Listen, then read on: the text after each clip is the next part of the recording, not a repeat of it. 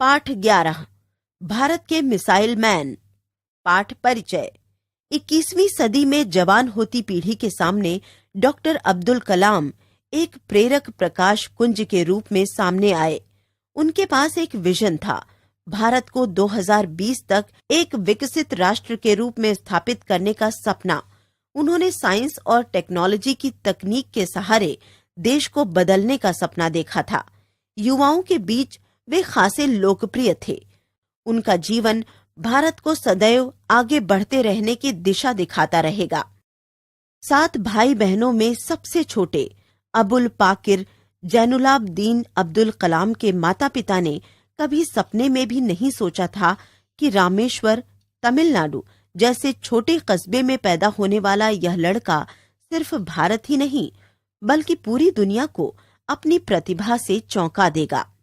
Doctor Abdul कलाम ने सन 2002 से 2007 तक भारत गणराज्य के सर्वोच्च पद अर्थात राष्ट्रपति पद को सुशोभित किया।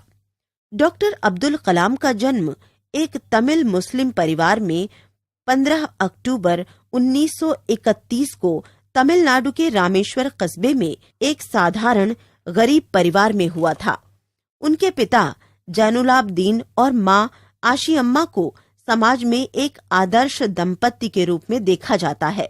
अपने बचपन के बारे में बताते हुए उन्होंने अग्नि की उड़ान में लिखा है, मैं साधारण बच्चों में से एक था।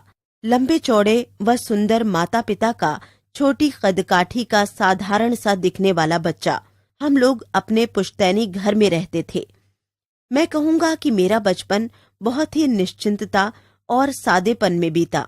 मैं प्रायः अपनी माँ के साथ ही रसोई में नीचे बैठकर खाना खाया करता था। वे मेरे सामने केले का पत्ता बिछाती और फिर उस पर चावल एवं सुगंधित स्वादिष्ट सांभर देती। साथ में घर का बना अचार और नारियल की ताज़ा चटनी भी होती। उन्होंने अपने पिताजी के बारे में बताया है, रामेश्वर मंदिर के सबसे बड़े पुजारी पंडित लक्ष्मण मेरे पिताजी के अभिन्न मित्र थे। दोनों अपनी पारंपरिक वेशभूषा में होते और आध्यात्मिक मामलों पर चर्चा करते।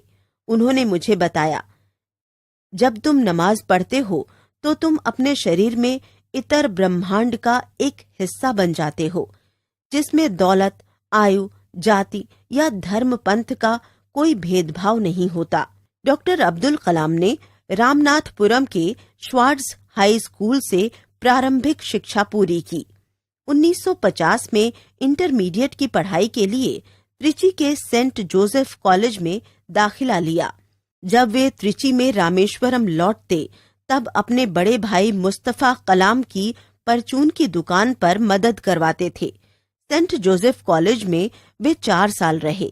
यहीं उन्हें अंग्रेजी साहित्य पढ़ने का चस्का लगा।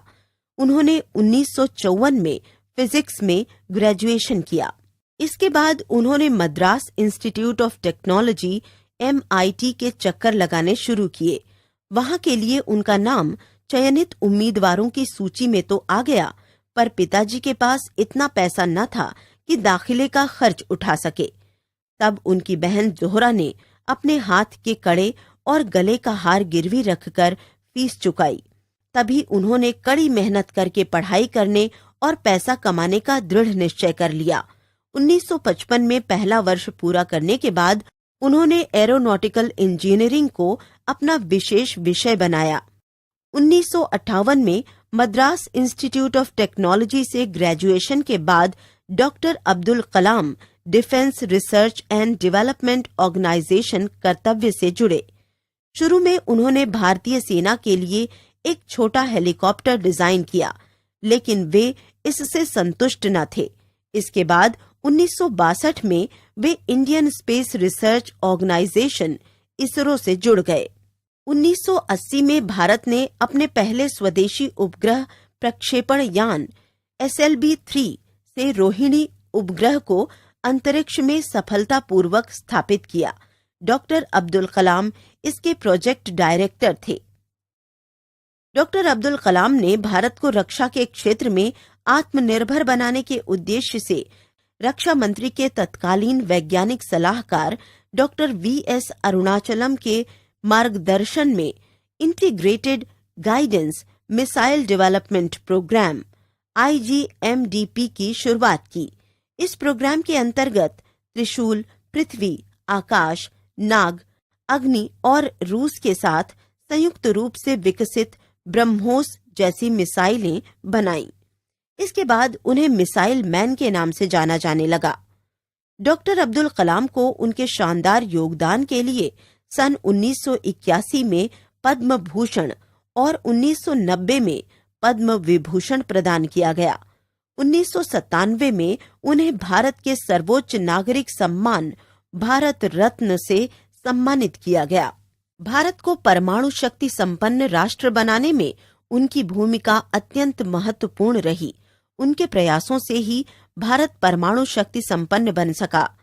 11 मई 1998 को राजस्थान के रेगिस्तानी इलाके पोखरण में 3 विभिन्न क्षमताओं वाले परमाणु बम के परीक्षण किए गए।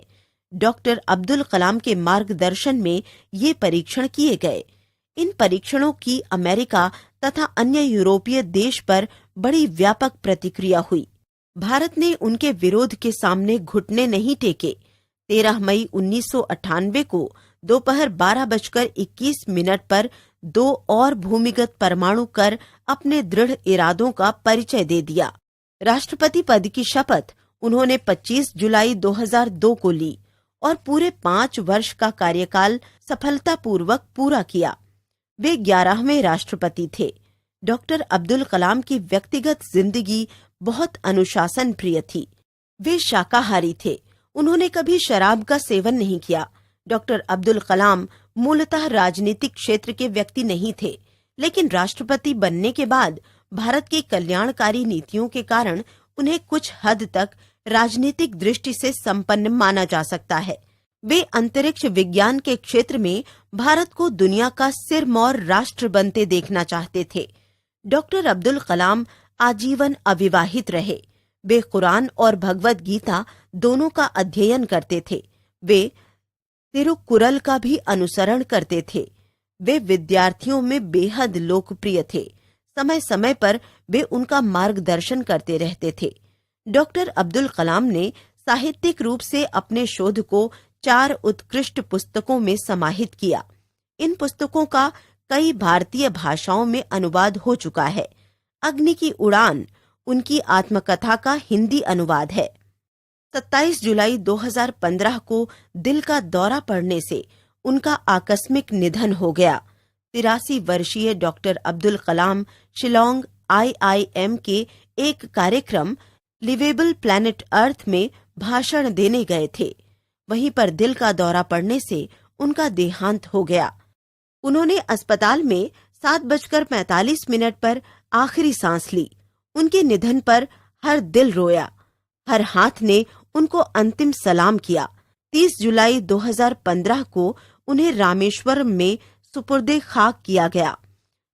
वे हम सभी भारतीयों के जीवन में सफलता स्रोत का माध्यम बने रहेंगे।